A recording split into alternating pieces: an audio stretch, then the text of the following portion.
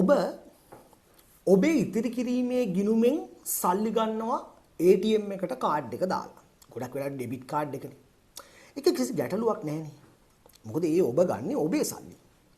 හැබැයි ඔබ ඔබේ ක්‍රෙඩිට් කාඩ් එක ATM එකකට දාලා හදිස්සියකට සල්ලි ගන්න ගියොත් අන්න ඒක නම් එච්චර හොඳ වැඩක් නෙමෙයි. ඔබ නොකල යුතුම වැඩක් තමයි මේක.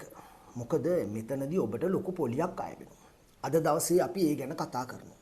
ඒකට තියෙන ලොකුම සොලියුෂන් එක තමයි ඔබට පුළුවන් බැංකුවත් එක්ක කතා කරලා මාස 6කට 12කට 24කට 36කට කෑෂ් ඇඩ්වාන්ස් එකක් ගන්න පුළුවන්. එතකොට මේ කෑෂ් ඇඩ්වාන්ස් එක පිළිවෙලට ගෙවීම තුලින් ඔයාලට ලොකු වාසියක් ලබා ගන්න පුළුවන්. ඉතින් අද දවසේදී අපි අපේ YouTube channel එක හරහා මේ ගැන තමයි කතා කරන්නේ. එන්න අපි ඒ ගැන බලමු. එතකොට ක්‍රෙඩිට් කාඩ් එකෙන් මුදල් ගන්න එක අපිට ආකාර දෙකකින් කතා කරන්න පුළුවන් කියවනේ. එකක් තමයි ATM එකට කාඩ් එක දාලා හදිස්සියේ මුදල් ගන්න එක. අංක දෙක තමයි පිළිවෙලකට කෑෂ් ඇඩ්වාන්ස් එකක් ගන්න එක. මුදල් අත්තිකාරම් කියනවා. සමහරු මේකට කෑෂ් ඉන්ස්ටෝල්මන්ට් ප්ලෑන් කියලාත් කියනවා.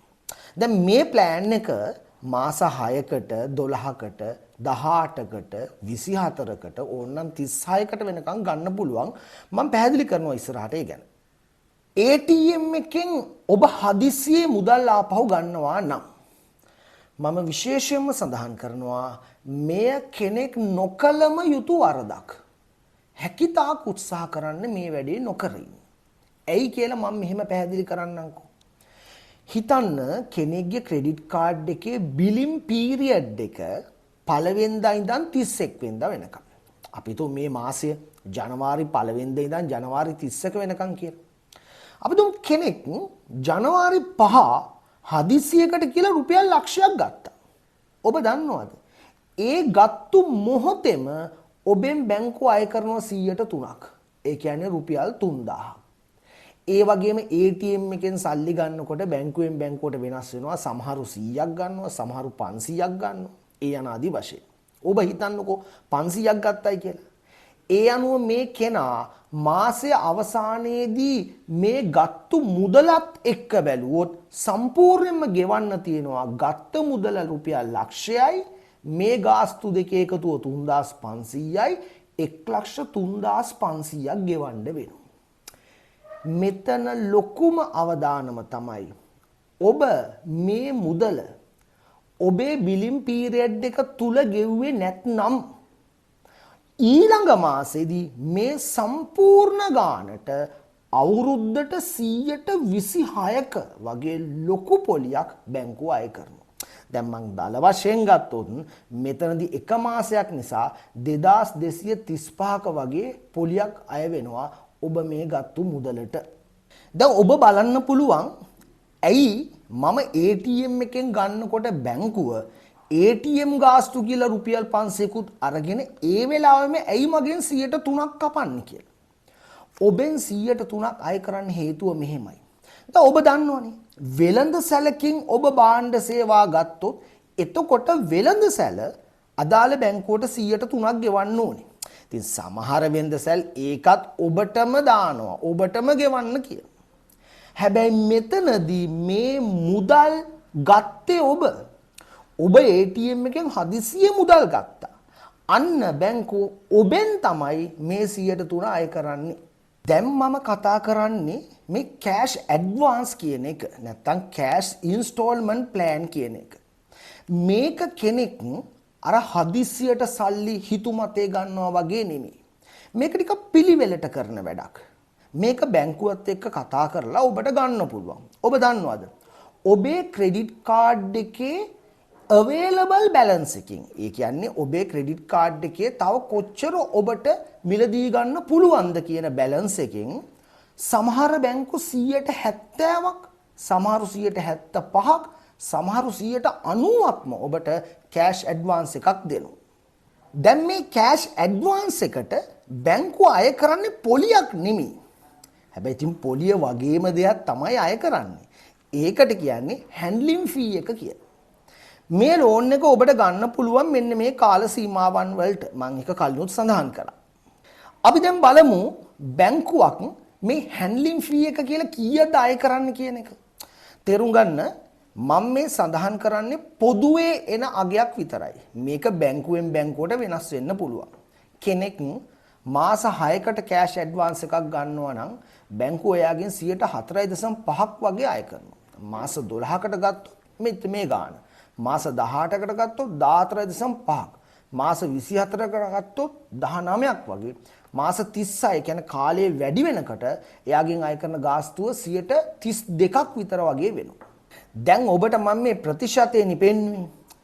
අපි බලමු හැන්ඩ්ලින් ෆී එක කියලා ගන්න ඉලක්කම. හිතන්න ඔබ රුපියල් ලක්ෂයක් ගත්තයි කියලා. ඔබ ලක්ෂයක් මාස 6කට ගත්තනම් ඒ මාස 6ට හැන්ඩ්ලින් ෆී එක 4500ක් වගේ වෙනවා. මාස 12කට 9500ක් වගේ වෙනවා. ඒතර මාස 18ට 24ට මාස 36 වෙනකොට හැන්ඩ්ලින් ෆී එකේ ගාණ වැඩි. ඇයි මෙතන ප්‍රතිශතයේ 32ක් නේ. එහෙනම් ඔබෙන් රුපියල් 32000ක් විතර ගන්නවා මෙන්න මේ රුපියල් ලක්ෂයක මුදලට. දැන් මම මෙහෙම උදාහරණයක් ගන්නම්කෝ. ඔබ හිතන කෙනෙක් ලොකු කාලයකට නෙමෙයි මාස 12කට කෑෂ් ඇඩ්වාන්ස් එකක් ගත්ත බැංකුව එක කතා කරලා. රුපියල් ලක්ෂයක්. එහෙමනම් එයාගේ ගාස්තුව කොච්චරද කියලා බලන්න. ලබාගත්තු මුදල ලක්ෂයයි. හැන්ඩ්ලින් ෆී එක අවුරුද්දට නිසා රුපියල් 9500යි. එහෙනම් මේ සම්පූර්ණ එයා ගත්ත ඇඩ්වාන්ස් එකට එයාට ගෙවන්න තියෙන ගාණ තමයි හැන්ඩ්ලින් ෆී එකත් එකතු වුණාම 1,90,000. වාරික 12යිනේ අවුරුද්දක් කියන්නේ. එතකොට එක වාරිකයක් වැටෙන්නේ ඒ 1,90,000 12න් බෙදුවට පස්සේ රුපියල් 9125.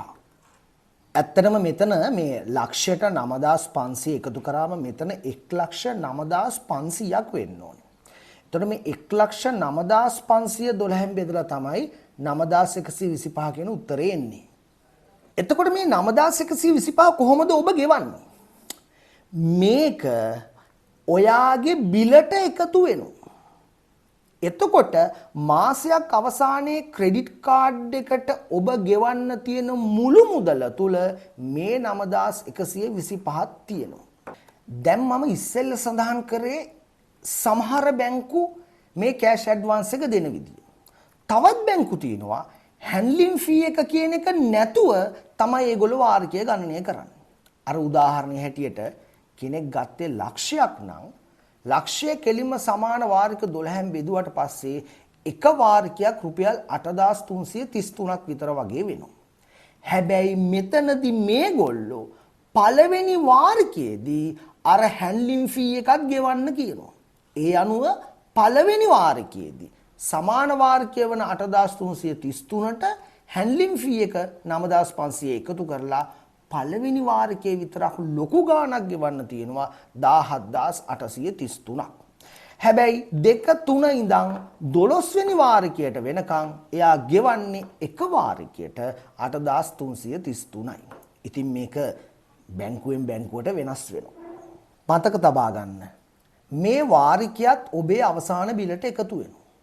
ඔබ මාසයේ අවසානයේ මේ සම්පූර්ණ ගාණ ගෙව්වේ නැත්නම් මේ සම්පූර්ණ බිලට ඊළඟ මාසයේදී 26ක් වගේ වාර්ෂික ඊටම ලොකු පොලියක් අය කරනවා. ඒ නිසා හොඳම දේ තමයි මාසයේ අවසානයේ ක්‍රෙඩිට් කාඩ් එකේ සම්පූර්ණ මුදලම ගෙවලා දාන්න. ඔබට මේ පැහැදිලි කිරීමෙන් පේනවා. ඔබ අවුරුද්දකට හරි අවුරුදු දෙකකට හරි කෑෂ් ඇඩ්වාන්ස් එකක් ගත්තත් ඔබ මාසිකව ගෙවන්න ඕනේ වාරිකය ඔයාගේ ක්‍රෙඩිට් කාඩ් බිල් එකට එකතු වෙනවා. ඔයා මාසයේ අවසානයේදී සම්පූර්ණ ගෙවන්න තියෙන පේමන්ට් එක ගෙවුවොත් ඔයාට කිසිම ඉන්ට්‍රස්ට් එකක් ආයෙ වෙන්නේ නැහැ. ඒ වගේම තමයි මුලිනුත් සඳහන් කළා කිසිම හදිස්සියකදී ක්‍රෙඩිට් කාඩ් එක ATM එකට දාලා අපිලිවෙලට ATM එකෙන් සල්ලි ගන්න යන්න එපා. මොකද ආරම්භයේදීම ඔබෙන් ලොකු ගාණක් කැපෙනවා. ඒක ඔබට ගෙවා ගන්න බැරි වුණොත් ක්‍රෙඩිට් කාඩ් එක තුලින් ඔබව ලොකු අනතුරකටපත් වෙන්න පුළුවන්. ඉතින් මම හිතනවා ඔයගොල්ලෝ හැමෝටම මේ පැහැදිලි කිරීම හොඳට දැනෙන්නේ නැති කියලා ආරාධනා කරනවා ඔබට මම මේ අපේ YouTube channel එක. ඔබ මේ වීඩියෝ එකට like එකක් දාලා මේක දැනට subscribe කරපු නැති කට්ටිය අපේ channel එක subscribe කරන්න. ඒ වගේම තමයි තන්නේ යාළුවන්ටත් මේ දැනුම දෙන්න මේක share කරන්න. එහෙනම් අලුත් වීඩියෝ එකකින් නැවත අපි හම්බෙමු.